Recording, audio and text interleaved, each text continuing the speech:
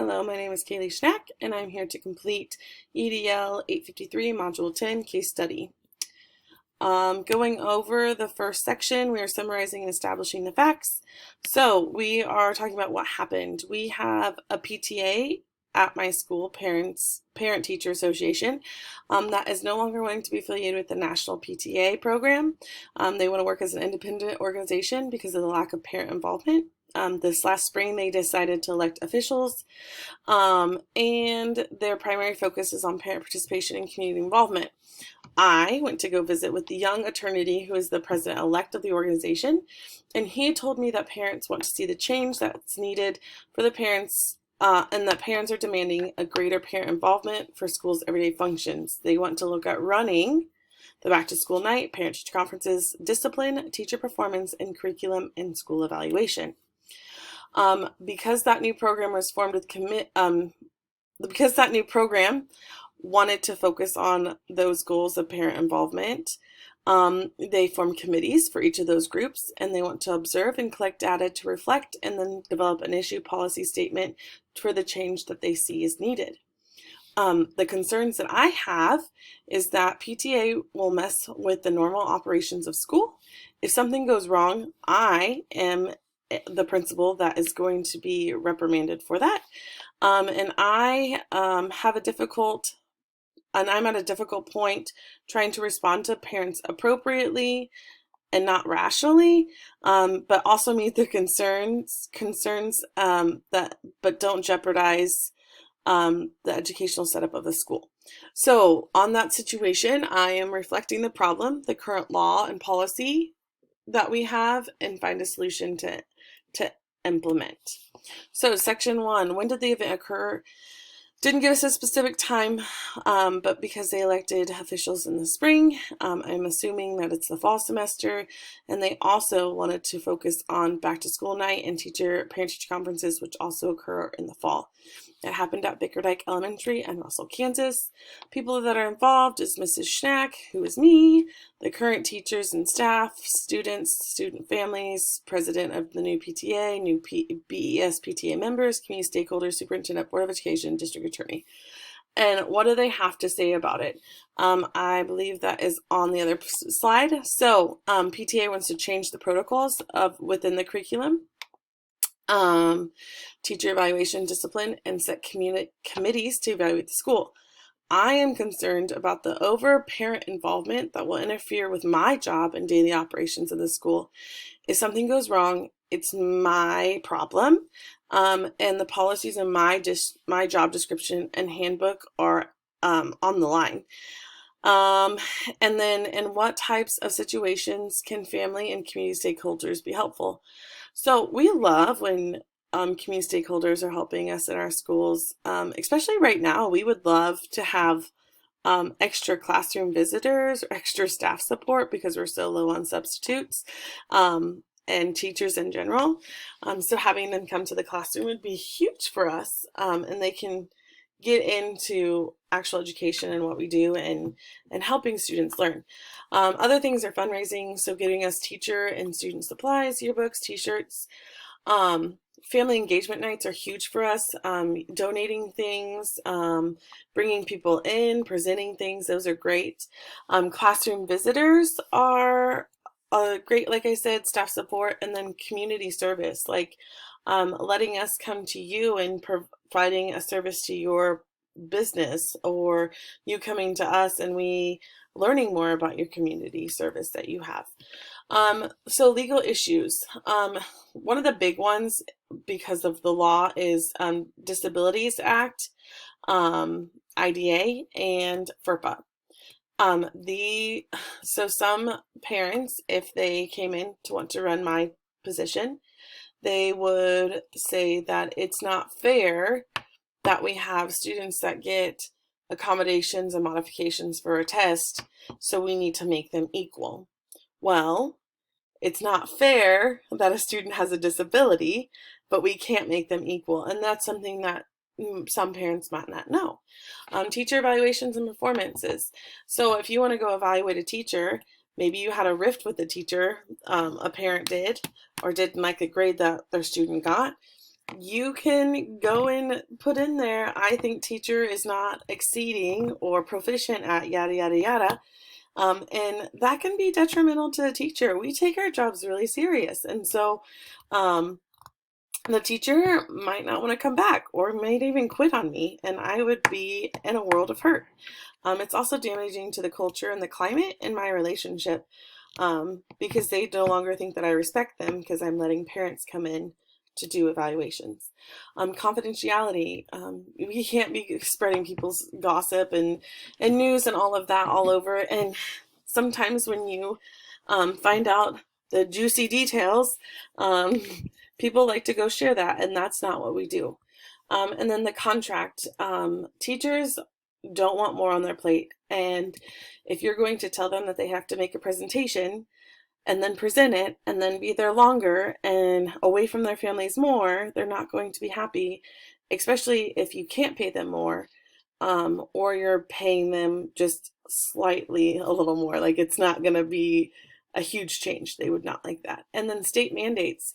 If we don't hold up our end of the bargain and make sure that we're doing what we need to be accredited and do KISA goals and all of those fun things, then we're not going to have a school, and that won't be okay. Ethical issues. So a neutral party. Some parents might think that the best decision is great for all students.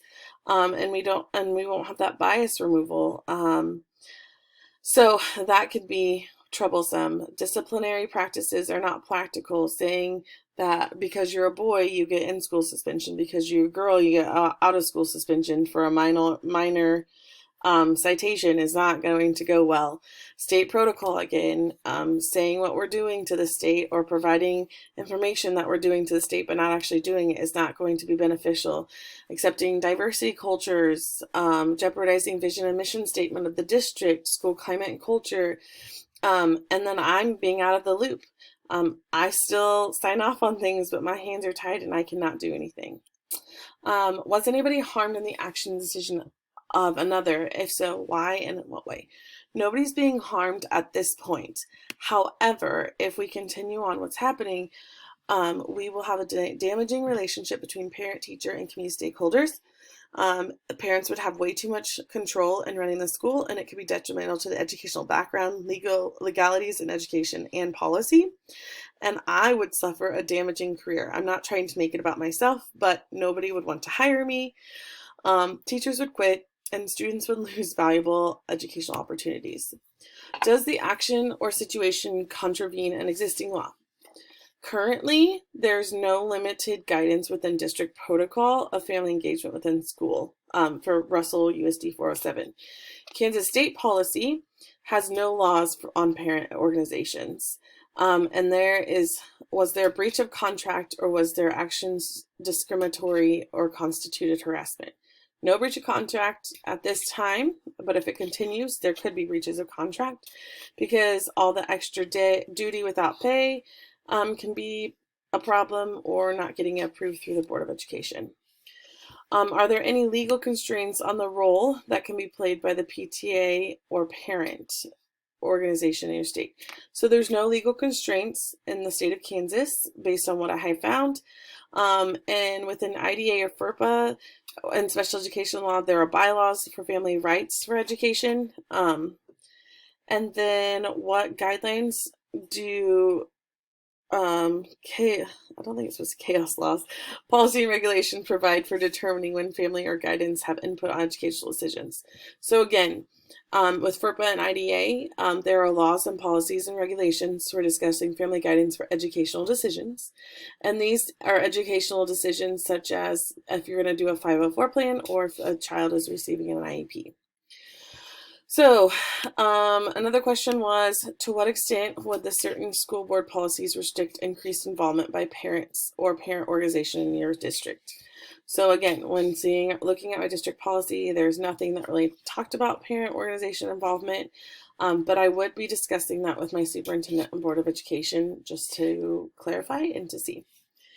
Synthesize. With the removal of the national PTA affiliation, Bickerdike Elementary PTA has developed a new organization that is warranted to guide the policy, curriculum, disciplinary practice, along with teacher and school evaluation without principal needed approval. That's what's happening. Section 4, synthesize the facts. So what do we know that's relevant and what are the unknown facts? So here are the people: me, PTO, president-elect, new PTO, members, students, staff, family BEO, superintendent, community stakeholders. The place, Bickerdike Elementary. And my school's different because my PTA is also connected with Simpson Elementary, because Simpson is pre-K to first. So it's actually affecting 2 buildings, so it would affect 2 administrators. But Bickerdike is 2nd through 5th grade building in Russell, Kansas, which is a rural community. We have 244 students. The class size is 15 to 25 students, and we have 50 staff members that would also be affected. Program, we have Bickerdike Elementary. It's a public school, Title I school. We have 55% of students that are on free reduced lunch. We have one-to-one iPads. We use iReady Math and Wonders for reading. The unknown facts, we just don't know much about this new PTA president-elect, who's the lawyer, and then the new PTA, it should say members. Sorry about that. Place and program. I know everything about my place and program, so I put nothing is unknown.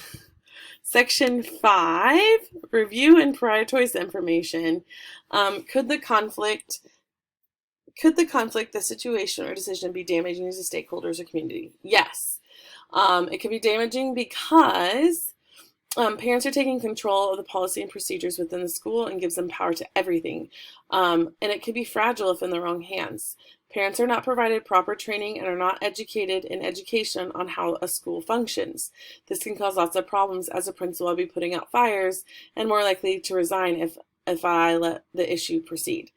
What individuals or groups have an important stake in the outcome? Individuals and groups that have an important stake are me, the PTA president-elect, new PTA members, teachers, students, families, district, and community.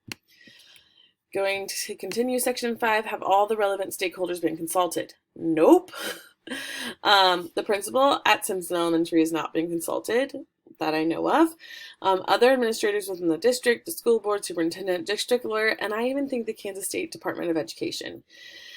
Can I learn more about the situation? Absolutely. I believe that I can learn more about the situation by meeting with the superintendent, fellow administrators within the district on the ways of what steps to take next. Also, discussing with the district lawyer would be beneficial for myself, and making sure that I'm not facing any legal legalities. And do I have enough to make my decision? I currently feel like I have enough to make a meaningful decision with the information I currently have. Reviewing the information. So what strategies are effective for communicating with the school and student success and families in the community?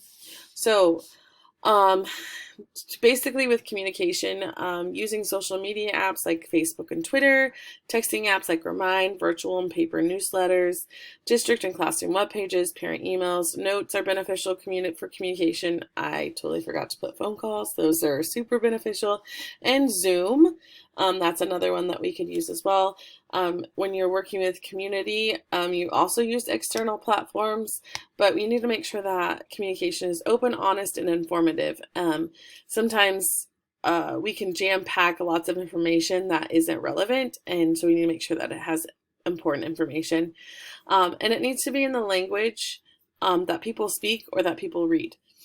How can a school leader involve families in decision-making about their children's education? As a school leader, we can involve families by providing opportunities for them to communicate with their teachers. So parent-teacher conferences, having those family engagement nights, home visits, parenting nights, just to get them involved in their child's academics, and then provide that connection between home and school. Positive calls and notes home are also a way to support families in that connection. What criteria should be considered when developing a program, committees, and activities that include the community? So criteria that should be needed are to have accountability and clear expectations. I've had a lot of experience with this with our after school program, and working with community members to get them to be involved in it.